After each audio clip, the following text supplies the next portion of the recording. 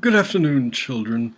From time to time, you may have noticed that properly designated adult authority figures, whether it be your parents or grandparents, perhaps an aunt or uncle, a teacher or counselor, or a recognized and duly ordained member of the clergy, will criticize the lyrics of your music.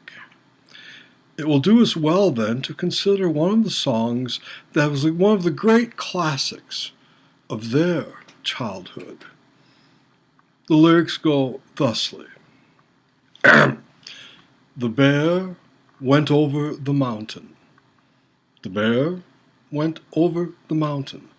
The bear went over the mountain to see what he could see.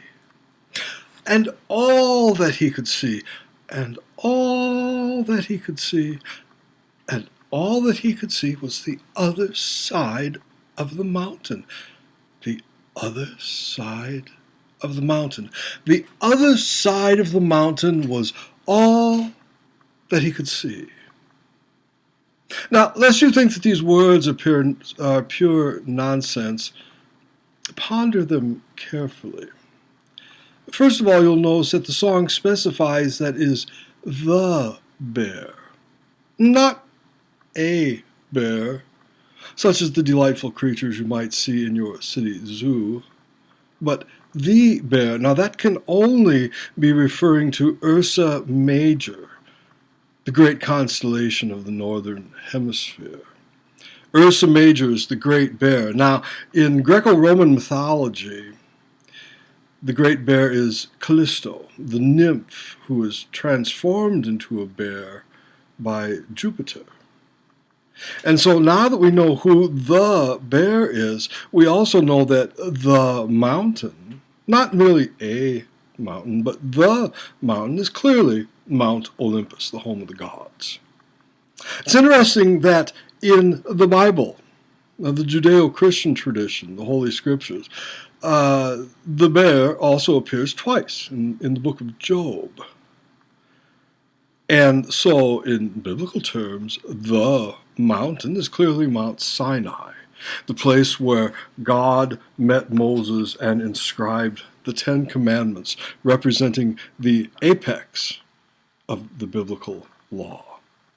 And so, in both cases, as the song says, the bear went over the mountain. That is, the bear is attempting to surpass the accumulated wisdom of the ages, to surpass the wisdom of the gods. And yet, all that he could see was the other side of the mountain.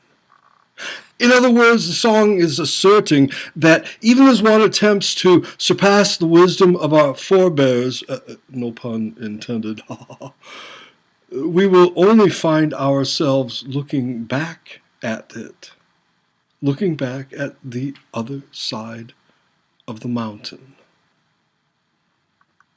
Now, moreover, you will remember that in astrology, the constellation that comprises the back part of the great bear is what we call the Big Dipper. Now, that is obviously a phallic symbol representing the ultimate control of the nymph Callisto by Jupiter, the ultimate control of the man over the woman. The Big Dipper is always riding her, so to speak. And so the purpose of this song was to reinforce the demands for social conformity that characterized white American middle-class society, especially in the 1950s. Women would always be subject to men with their Big Dippers, and all people would be subject to the bounds of tradition.